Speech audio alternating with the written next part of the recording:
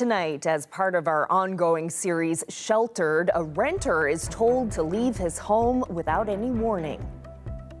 A tenant in St. John's was kicked out of his apartment unlawfully. So why wasn't the landlord fined? I'm Ariana Kelland, and I'll bring you that story coming up on Here and Now.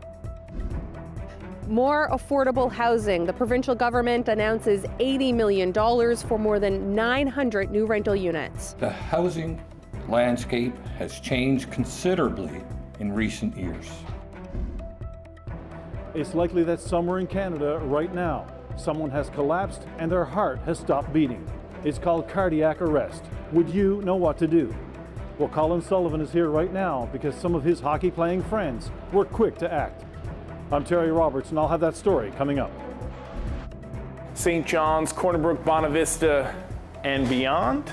Childcare spaces for healthcare workers are coming in 2024. I'll have that story coming up. This is CBC Here and Now.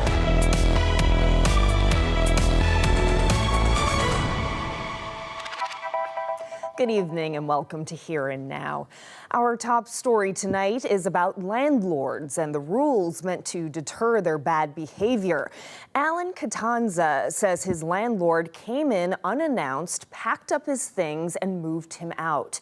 The New Canadian went to the Residential Tenancies Board and won his case, but the landlord won't face any fine, at least not from the board. That's because it's not clear who's responsible for bringing cases like his to court. CBC Investigates reporter Ariana Kelland has the story.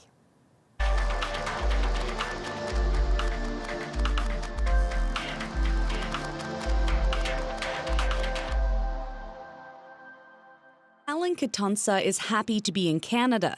He came here a year ago and is learning about the laws and systems that govern us.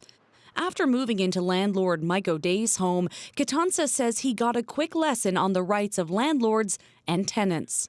The truth is, someone was abusing their powers. That's the fact. I'm a witness to these. In August, O'Day and two men came into Catanza's rental unannounced and began throwing his things in garbage bags. They put everything in a truck and drove it away. O'Day, seen here before a recent unrelated court appearance for alleged municipal property offences, was moving Catanza to another one of his properties. So hard for me because within 1 year you cannot you're not in a position to know the bylaws and the federal laws of the country and the province together. Like, there's so much going on. Catanza stayed with a friend instead. These text messages show O'Day dropped his things at a third address on the other side of town, with no assistance from O'Day to get it. Rent was paid and he wasn't given any notice, so Catanza appealed to the Residential Tenancies Board, and last month won. The adjudicator ordered O'Day to pay Catanza over $2,000 for rent, damage deposit, and other compensation, and was critical of his actions. But that was it. The Liberals overhauled the Residential Tenancies Act in 2018. Section 51 allows landlords and tenants who break the rules to face a maximum penalty of $10,000 for corporations or $3,000 for individuals. Now, the whole point was to encourage compliance.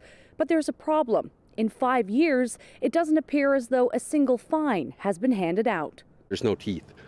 So every other law that's been passed, there's some sort of enforcement mechanism built in, and it's usually a government agency or officer that would enforce that. So who is in charge of enforcing this law? The RNC and RCMP say they have no record of involvement with that specific part of the act. Public prosecutions say they don't lay charges and would only get involved once a charge is laid. The provincial court can impose the fines, but it has to get to court first for that to happen. So anyone can make a complaint with law enforcement or lay in information. Anyone can, but it doesn't look like anyone has. So how effective is it? Not having ever administered the fine doesn't defeat the purpose of having the law. So fines, in a lot of what we do, we hope that they're deterrents, right? Flight says the lack of effective enforcement has repercussions. There are landlords that have made breaking the law part of their business model, and they do it regularly and they do it, often. And there are some tenants that, know the rules and how to play, around them. For his part, O'Day acknowledged at the landlord-tenant hearing that he didn't give Katansa prior notice and said he moved him because he wore a towel in a common area of the home. O'Day declined to comment for this story. Katansa has a place now, but is left with questions about the amount of power the board has to deal with landlords who break the rules. I'm still trying to look for the answers as to why I was treated the way I was treated. Ariana Kelland, CBC News, St. John's.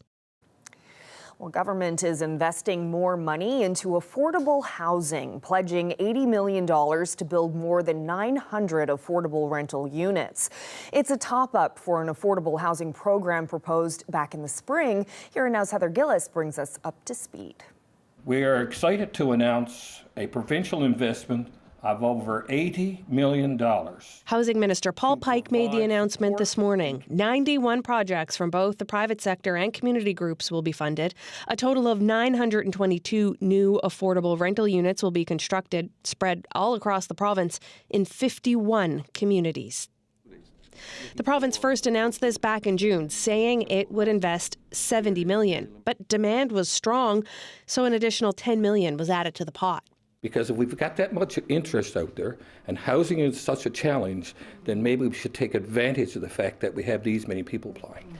Those 91 projects could see anywhere from 4 units to 60 being built, and each proponent will get a forgivable loan to own and manage them. Those in the private sector can get $55,000 to $95,000 per unit, while community groups can get $125,000 to $180,000 per rental. Rents will vary based on size, with rates set according to annual reports from the Canada Mortgage and Housing Corporation. But the units will have to remain affordable for the first 15 to 30 years.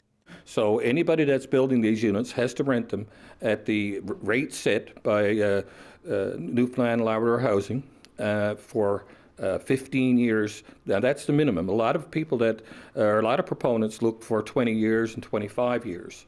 I think with the, so we're not really too concerned about the fact that at some point in time the rents may go up. But there are questions about whether there's enough labor in the province to build the new homes. The Canadian Home Builders Association says they're advocating to federal and provincial governments about bringing more skilled trade workers here. The head of the Home Builders Association says there's a shortage of 100,000 skilled trade workers to build homes needed in Canada. When we are looking to meet our immigration targets, we are asking the federal government to ensure that they are being sure to bring in people to Canada who have experience in skilled trades around residential construction. Right now, there is a lack of skilled trades in some fields of residential construction. Meanwhile, the housing minister says there could be additional money to come for more affordable rentals. As for today's round of funding, the minister says some of the project announced today are shovel ready, but it's unclear when or how quickly any of them will be ready to live in. Heather Gillis, CBC News, St. John's. The province is creating some new daycare spaces specifically for health professionals. The YMCA will run them in St. John's, Bonavista, and Corner Brook. The move comes after nearly 2,000 workers were surveyed asking what their childcare needs are. Here Now's Jeremy Eaton has the details. 160 spaces. In the heart of the province's lone children's hospital, under the watchful eye of a futuristic spaceman, Premier Andrew Fishery announced a giant leap forward for health professionals. What we're hearing loud and clear across all medical disciplines is what people want the most is the professional, personal balance. And this will unlock that for them. On top of the lack of spaces, some health professionals work odd hours, making childcare harder to find. I've heard it firsthand. I've seen nurses scrambling in the background, being scrubbed, calling out to their friends to try to arrange a childcare for them. And an initiative like this will actually go a long, long way to provide certainty to the hardworking women and men in the system. These specialized daycares will take that in mind. Operating outside the regular 9-to-5 day, these folks hope to be able to grow that into round-the-clock care. The needs for childcare for extended hours for healthcare workers is desperate. It has prevented nurses coming back from maternity leaves or paternity leaves who have held permanent positions having to resign to go casual because they have no one to care for their children for their shifts. As the province struggles with a shortage of healthcare workers, they're hoping that this will keep current ones and bring back those who left to care for kids. We are hopeful that it will increase not only the number of nurses coming from other provinces, but also increase those who have left their permanent positions to go casual because of childcare to come back into the system as permanent employees to help stabilise the workforce. The Bonavista and Corner Brook sites will be in schools. In St. John's, it'll be a brand new build. The goal is to have the sites up and running in about 6 months. Staffing sites with ECEs is a challenge, an ongoing challenge. It's actually improving. There are new ECEs being trained at the College of the North Atlantic and at private colleges. We have our own program called YMCA Teaching for Tomorrow, where we have 45 ECE students being trained right now who about this time next year will graduate and be part of the childcare system in this province. The Premier said today that it will take about 6 months for these sites to be up and running, so there's no wait list just yet. Instead, they're encouraging people to sign up for the government's online portal to see where the demand is. While Corner Brook, Bonavista, and St. John's may be the first 3 sites, the Premier added that they will be looking at adding other sites in other parts of the province in the future. Jeremy Eaton, CBC News, St. John's. The man accused of a series of shootings in Conception Bay South has pleaded guilty. Matthew Fowler was arrested last September after shootings on Greeleytown Road and Uplands Road led police to issue an emergency alert. 2 men were injured in those shootings. Fowler was facing 21 charges in total, but pleaded guilty to 5. They include intentionally and recklessly firing a gun, unlawful entry, being in a vehicle with a prohibited firearm, and flight from police. The Crown withdrew the rest of the charges. He's due in court for a sentencing hearing next week.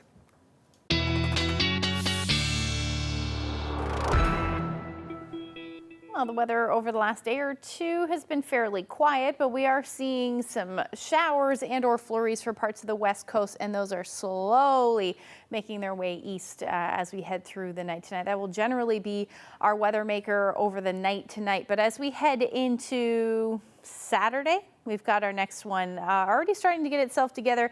Down in the southern areas of North America there, just off the coast of Florida, we're seeing some rain, and that system will move in as we head towards Saturday and then eventually into Sunday. So Environment Canada already has a special weather statement for the entire province except for Lab West. We are looking at some significant rainfall as well as some significant winds in that time frame, and it is going to tap into some tropical moisture, there it is there, as we head into Saturday. So it's going to enhance some rainfall. That will happen across the island as we head into Sunday. We're talking about maybe 50 to 80 millimeters of rain for some of us. I'll get into all the details coming up. All right, thanks, Ash. Well, now to some politics. The opposition believes they know who will be seeking the nomination in the district of Conception Bay East, Bell Island. And according to the PC leader, it's a member of the Premier's own staff. I can tell you who the Premier's candidate is if he doesn't want to tell you. It's Fred. Fred Hutton, that's who's going to run for the Liberals. It's well known. They've already had one fundraiser for him, and apparently he's going to be in Bell Island on Monday, meeting with the council. So there you go.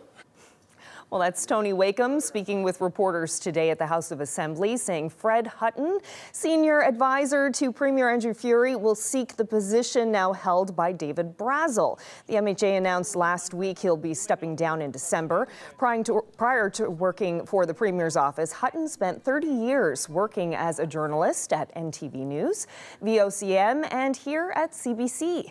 No word on this from the Premier's office. CBC has reached out to Hutton directly for confirmation, but has not heard back. Well, a St. John's man is alive today because of some fast-acting people with life-saving skills and because there was a special device called an AED close by when he collapsed while playing hockey. Here now's Terry Roberts reports. These two men first came together through their love of hockey. Now their bond is much deeper. Colin Sullivan can chat, smile, watch his daughter perfect her skating skills, because this man and a few others know how to perform CPR, and because one of these, a portable medical device called an AED, was close by. It's a good feeling knowing that you contributed to saving someone's life. Colin Sullivan is 42, a father to 4 young children, a tax lawyer. When he's on the ice, it's almost impossible to knock him off his skates, known for his bullet-like wrist shot. But that all nearly ended for Sullivan on October 25th, on this very ice at Yetman's Arena. We didn't have a lot of skaters on the ice, so lots of ice time, and started feeling tired and got a little bit lightheaded after one play in front of the net. And just thought, I think I need to take a bit of a knee for a second. And next thing I know, I woke up with a bunch of the guys around me, and I'd passed out and heart stopped. Luckily, his fellow players knew what to do. Mike Janes yelled for someone to call 911. He then began life-saving chest compressions, and this automated external defibrillator was just a few meters away, on standby for years, but never taken out of this case in an emergency. We pulled his jersey up over his head and began doing CPR compressions. One of the guys ran over to where the AED was on the wall, brought that out very quickly, hooked that up to him. Once it was turned on, it was basically telling us what to do, and then it said clear for shock, and gave him a shock. And shortly after that, he started to come around again and regain consciousness. And thank God that thing was on the wall, because it really saved his life.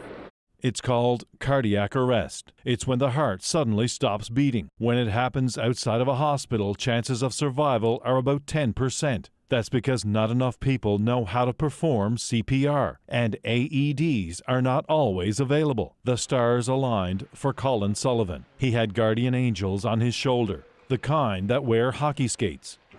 I mean, you never think that something like this is going to happen to you. When it does, you come out the other end with a new lease on life and really appreciating things that you've got a little bit more. Thank God the AED was there, because we'd be telling a different story if that wasn't there. As far as I'm concerned, he would have been in a lot more trouble. There are AEDs in many hockey arenas like Yetman's, along with schools, workplaces, and public buildings. But the Heart and Stroke Foundation wants government to do more. The reality is they should be as commonplace as fire extinguishers. The Heart and Stroke Foundation is urging everyone to do CPR training. Now, these skills are easy to learn and simple to do. You could actually save someone's life using your phone, your hands, and an AED.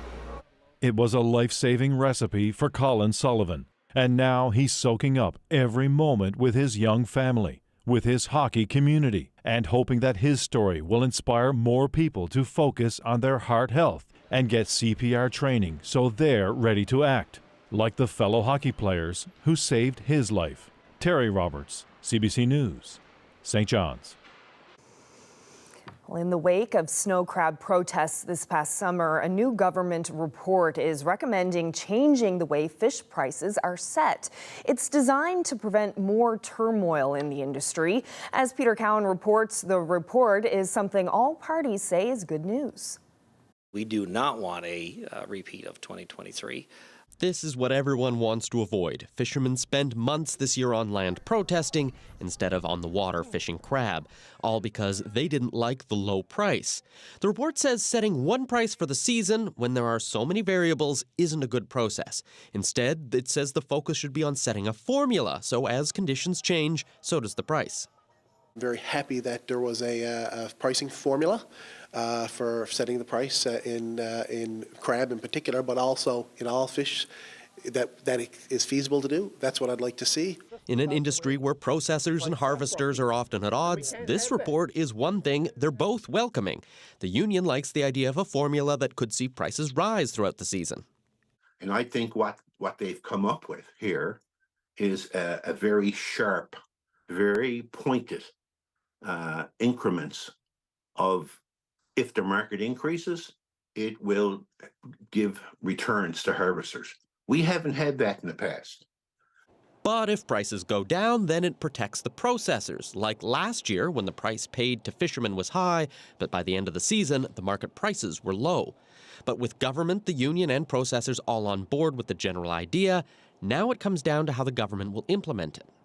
At the end of the day, we need to start somewhere, and that somewhere needs to be discussions, it needs to be transparency, it needs to be focused on good faith negotiations. We're not there yet, but I hope we can get there very soon because time is running out. We're 4 months away from the next season, and there has not been one formal offer from one party to the other. The government will need to change some regulations and maybe even some legislation, but the hope is that the new process will lead to smoother sailing for the next season. Peter Cowan, CBC News, St. John's. Well, meantime, Atlantic cod stocks off the south coast of Newfoundland are still in the critical zone. DFO scientists say it's been that way since 2000 and will likely stay that way for the next several years. They're recommending fishing in 3PS should stay as low as possible. Scientists are seeing very low numbers of young fish entering the population in any given year. And on top of that, more fish are dying from natural causes like starvation, predation, and disease. The Associated Press is reporting a former player on the St. John's Edge is guilty of defrauding an NBA player's insurance plan. The story says a jury convicted Glenn Big Baby Davis of defrauding the plan of more than $5 million. Davis played for multiple NBA teams before signing with the Edge for the 2018-2019 season. He became a fan favorite here, but played only one season with the team. ESPN says Davis is one of more than 20 people who've been convicted in the case for submitting fake dental and medical claims. Well, Newfoundland and Labrador has had a lieutenant governor ever since joining Canada in 1949. And with a new LG on the job, we were curious, do people in the province know what the King's representative actually does? Our Aoife Alba hit the streets of St. John's to find out. Did you know there's a new lieutenant governor? Yes, Jo Marie Howard. Do you know what their roles and responsibilities are? I do not. No, I'm not sure. Well, they represent the king. Is this a job that you would like to have? Sure. She lives in a big house. She gets to do all of these fabulous things. What roles and responsibilities do they play? I have no idea. They're supposed to be a liaison between Newfoundland and Canada and Great Britain. I think they're really goodwill ambassadors, and sure, I'd love to have a job like that. It's traditional with the Newfoundland people that they have a lieutenant governor and keep it going. It's a waste of money. I do like the idea of having some kind of alliance with the UK and Great Britain, but at the same time the expensive nature of it, and in these trying times one wonders. Do you feel like there's still a need for this position? Oh yes, of course. Where there's a woman, there's usually always something good coming out of it. The money could be spent a lot better on housing or whatever, because this is only ceremonial and it costs millions. You know, most people of my generation and my parents' generation, I think it holds a place, you know, in history for us. And, you know, what harm does it do? Is this a job that you would like to do? No. Why not? Because it's out in public too much.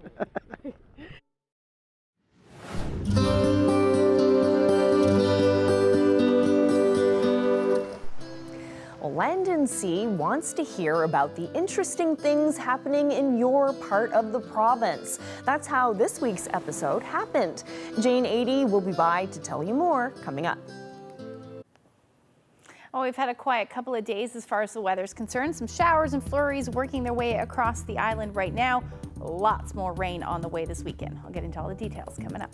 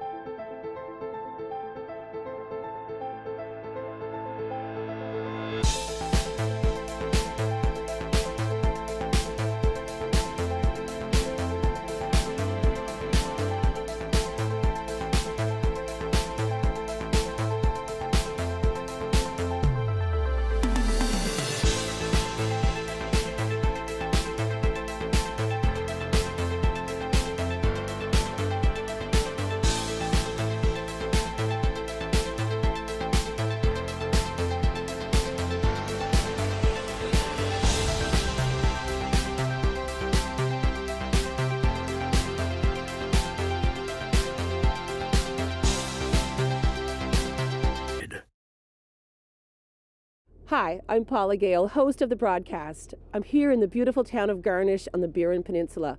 We're here to bring you stories like this. There's a lot of potential in these green crab.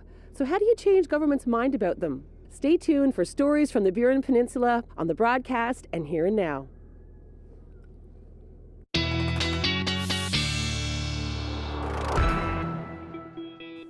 Well, time for a look at the weather. Ashley, it's been pretty quiet this week. Not a whole lot going on weather-wise, which is nice, but that is about to change, right? Yes, I must say I will enjoy the break while it lasts because, yeah, things are going to get a lot more unsettled as we head through the weekend. But for the time being, our temperatures are still sitting well below where they should be sitting this time of year. We topped out at 1 degree in St. John's today. The south coast and eastern portions, or western portions of the island rather, sitting around 5 degrees. That's right around where you should be sitting. And in Labrador, your temperatures are a bit above where you should be sitting this time of year, but -1 in Cartwright. Now you take a look at where the temperatures are sitting right now. Down to only -2 in Cartwright, but you've got wind chills into the minus single digits, and that's the story for the eastern portion of the island anyway. And as we head through the night tonight, we're actually looking at the potential for some snow in some areas. We're already starting to see that work its way across the island at the moment, but that will continue tonight. So anywhere pretty much from the northern peninsula through to the northern Avalon, the chance of some flurries or light snow tonight. Along the south coast of the island, we may see a few showers, but that will be about it. And the reason for that is because your temperatures will be a tad warmer. And then nothing really going on up across Labrador, but it will be another relatively mild night for you as well. As far as snowfall amounts go, most of us will be seeing a trace, maybe 2 centimeters. There are some models that are pointing at a bit higher in those higher elevations, maybe closer to 5 centimeters, or rather closer to 2 or 3 centimeters in those higher elevations. So don't be surprised if you see that by tomorrow morning for the Avalon. Now, as far as our temperatures are going for tonight, generally sitting around 1 or 2 degrees for the west coast as well as the south coast of the island. The rest of the island will sit a little bit below zero. Generally light winds for the most part tonight, except in Lab West, where you will see your winds out of the south around 30 to 50 kilometers per hour. But temperatures will stay into the minus single digits, mid-minus single digits for most. Now, as we head through tomorrow, it will be a generally quiet day. We, in fact, should see some clearing for the west coast of the island. However, going to hang on to that chance of cloud cover and maybe even a few flurries or showers for the first half of the day for eastern Newfoundland, and it probably won't go away through the day. Now, we will start to see the potential for some snow moving in for Lab West. This may fall as some showers as the afternoon rolls through because temperatures are going to be above zero through the day on Friday, and some of that flurry activity or even showers will work its way towards central and coastal areas of Labrador as we get through the overnight period into Saturday morning and continue to track further east and south as the Saturday morning rolls through. Then we start to get into some of those heavier showers, and they will work their way towards the west coast of the island as well. Hence that special weather statement that Environment Canada has issued already. And we'll see the even heavier rain move in as we head towards the evening hours. Now, as far as the forecast is concerned for tomorrow, temperatures will jump up a little bit between 3 and 7 degrees across the island. The winds will start to pick up as well, so anywhere from 30 to 50 kilometers per hour, but the winds out of the south, that's why we're seeing some of that warmer air. And then Labrador, you're also looking at your temperatures above zero, anywhere from 3 to about 4 degrees, but the winds will be even a bit more brisk, anywhere from about 40 to 60 kilometers per hour.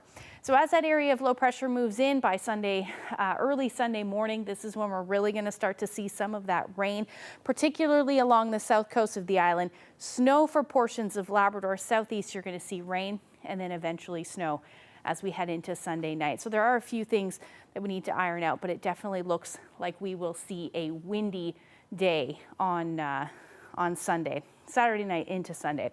As far as rainfall amounts go along the south coast of the island, that's the best chance of seeing some of that heavier rain. And Carolyn, we could be talking about rainfall amounts anywhere from 50 to as much as 80 millimeters in that time frame. Wow, that is a lot. But you know, I'm still stuck on the snow part. I'm trying to brace myself for the idea of waking up to snow. A little bit of snow tomorrow morning, right? Just a little bit, just a little. All right, we can do it. Bundle up. Thanks, Ash. No problem. Hi everyone, I'm Jane Adey, host of Land and Sea. We have a new show coming up for you this Sunday, and we're going to be taking you to Gambo in central Newfoundland. And this is a story that came to us from a local school teacher in that area. Joanne Broders and her class at Smallwood Academy were exploring a little known piece of history in their community about a cemetery. It's a Mi'kmaq cemetery, but there were no markings about who was buried there. So the class set about to find out what they could about this particular resting place. Teacher Joanne Broders thought this was a story that Land and Sea might want to bring to our viewers, and so she gave me a call. So we get all kinds of calls and emails from loyal viewers, and we're happy to hear from you because you know best what's going on in your community. So if you have an idea about something interesting going on in the town where you live, or a character who might make a great show for Land and Sea, you can get in touch with us. You can email us at landandsea@cbc.ca. That's spelled out land, LANDANDSEA @cbc.ca. So feel free to get in touch.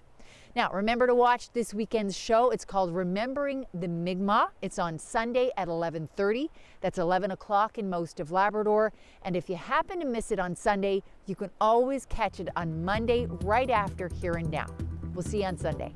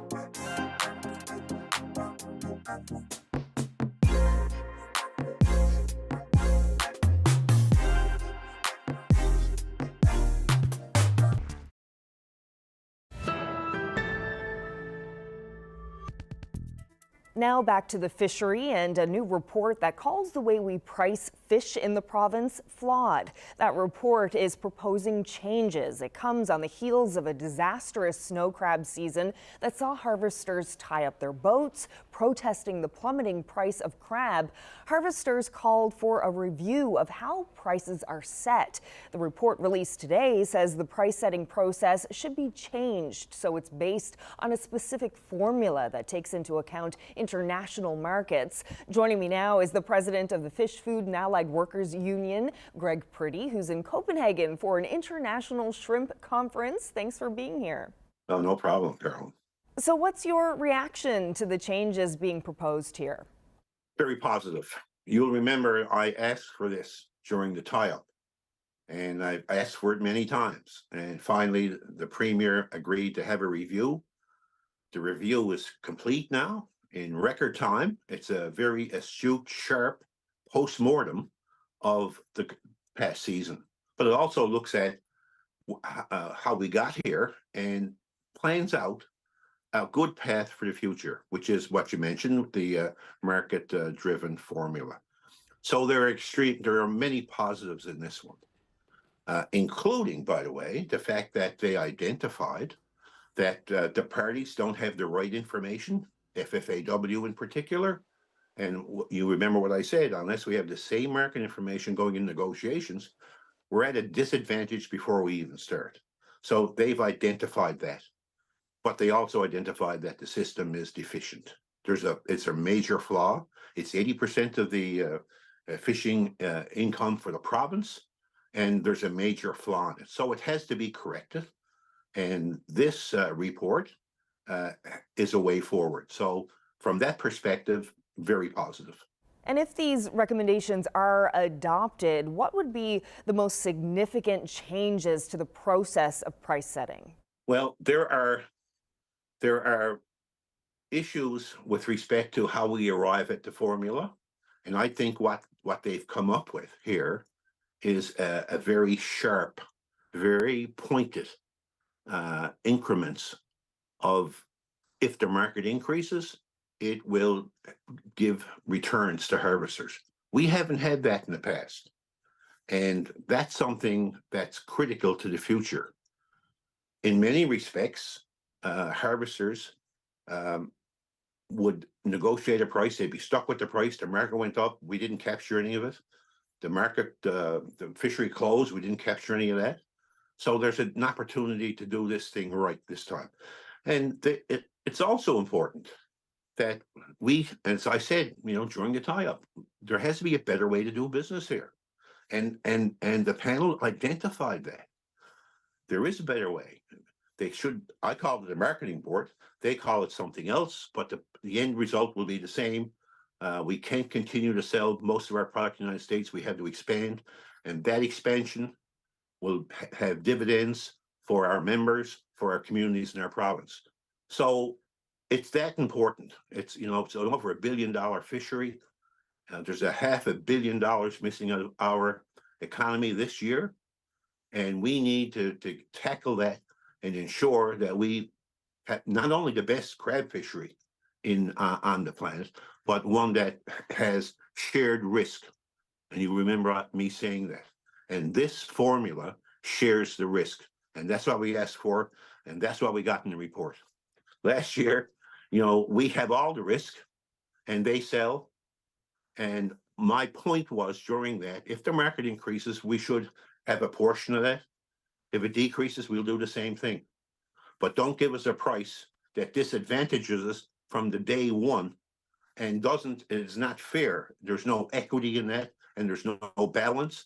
And this report has identified those issues. So I think we're on a good path here.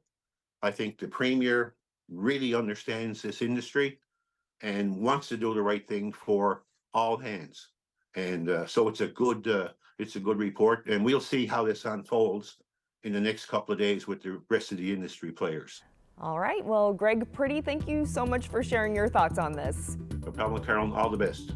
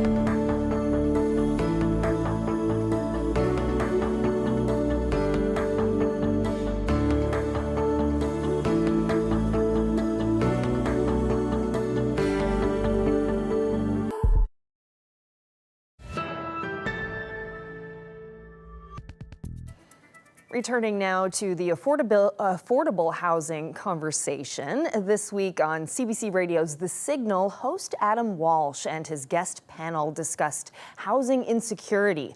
Hope Jameson joined them in the studio. Hope? Yeah, all the things that were just said. And I guess one of the reasons this feels important at this point is you can't solve a problem that you don't understand the size and shape of. There we go. And the best literature in academic research that you can find about rural housing insecurity in Canada is research that says, we don't know anything, and here are the things we should try and find out. Wow. So there's a lot of work to be done on starting to kind of figure out what is going on. And that was what we decided to kind of come at here, because we know even, Statistics Canada data comes out once every 4 or 5 years, and the last census, the reference here was the worst year of the pandemic. So even that's not necessarily representative of what's happening. And when we're talking about housing, those circumstances have changed so drastically and do change so rapidly that data is not super useful to us. CMHC only provides rental market numbers on buildings with more than 3 units, very small part of our rental market, and in communities with more than 10,000 people. So we get very little in a rural context from that.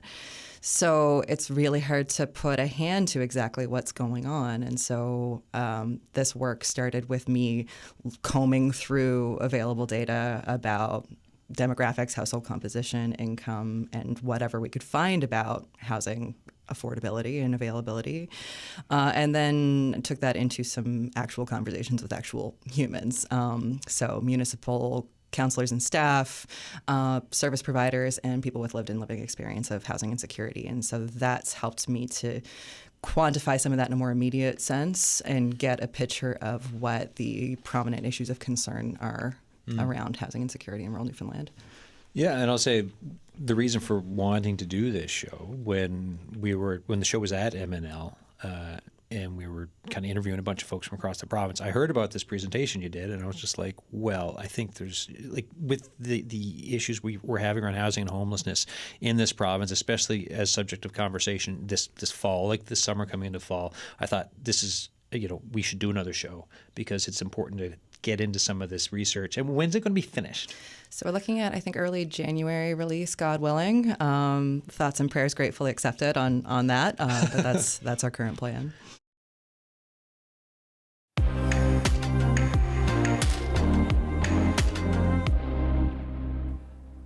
A special supper in Fredericton aims to create an empowering space for Black men to connect, inspire, and build community. It's called the Black Men's Dinner. Our CBC cameras swung by a recent dinner to hear from some of the men taking part about its deeper purpose. I hope everybody's getting acquainted. This is a pivotal moment, for not only a community, but our culture as well. I am proud to call you all my brothers, and I can't wait to delve into, getting to know you and the conversation that we have in store for everyone.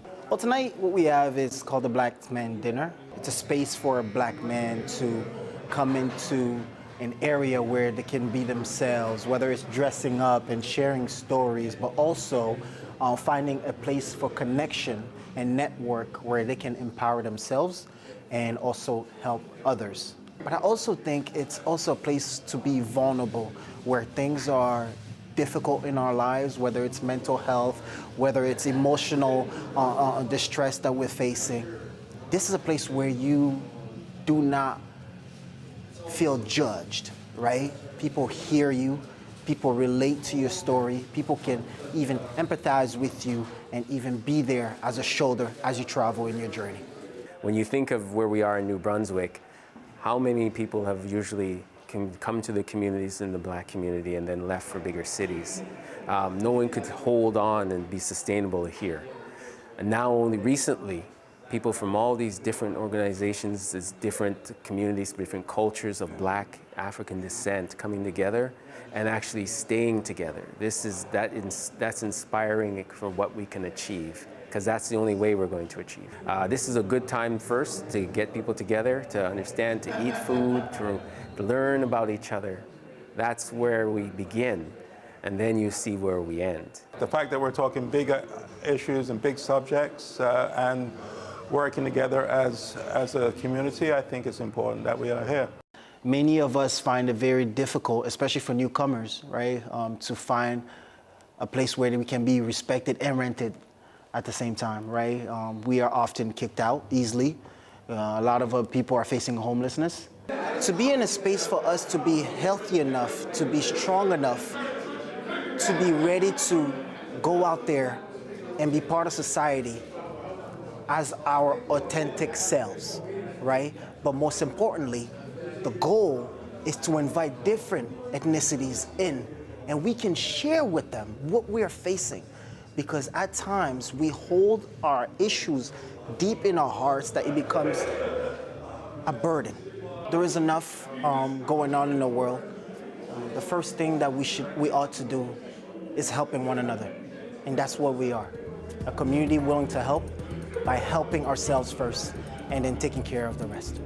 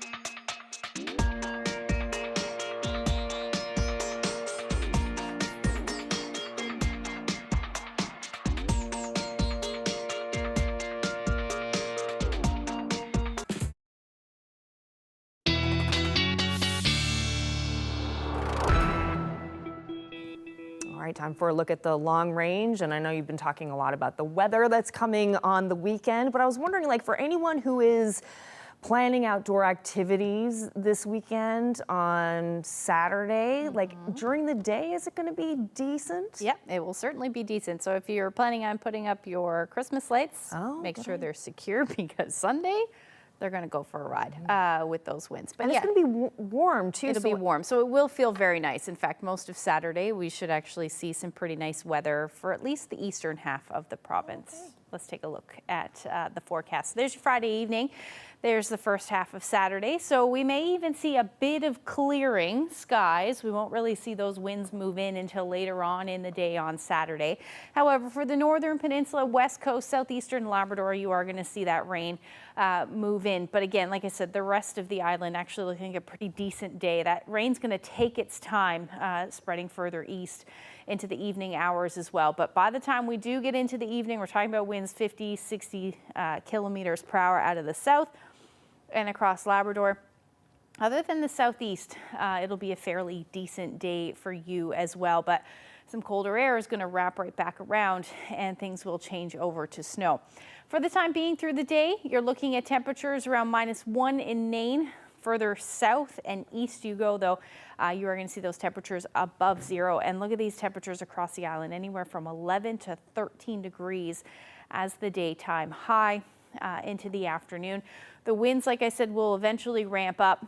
And then Saturday evening into Sunday, this is when the peak winds will be.